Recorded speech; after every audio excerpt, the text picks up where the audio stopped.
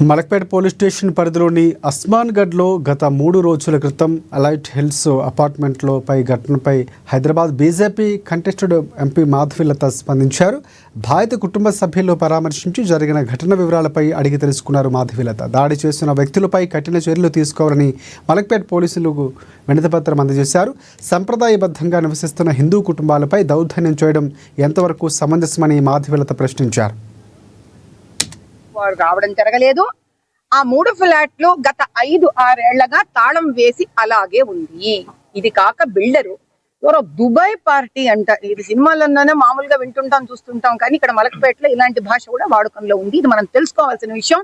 ఏదో దుబాయ్ పార్టీకి 3 ఫ్లాట్లు అమ్మడం జరిగింది. అతను కూడా గత 5-6 ఏళ్లగా ఎప్పుడు వచ్చింది లేదు, తొంగి చూసింది లేదు, అది కూడా తాళం వేసి ఉంది.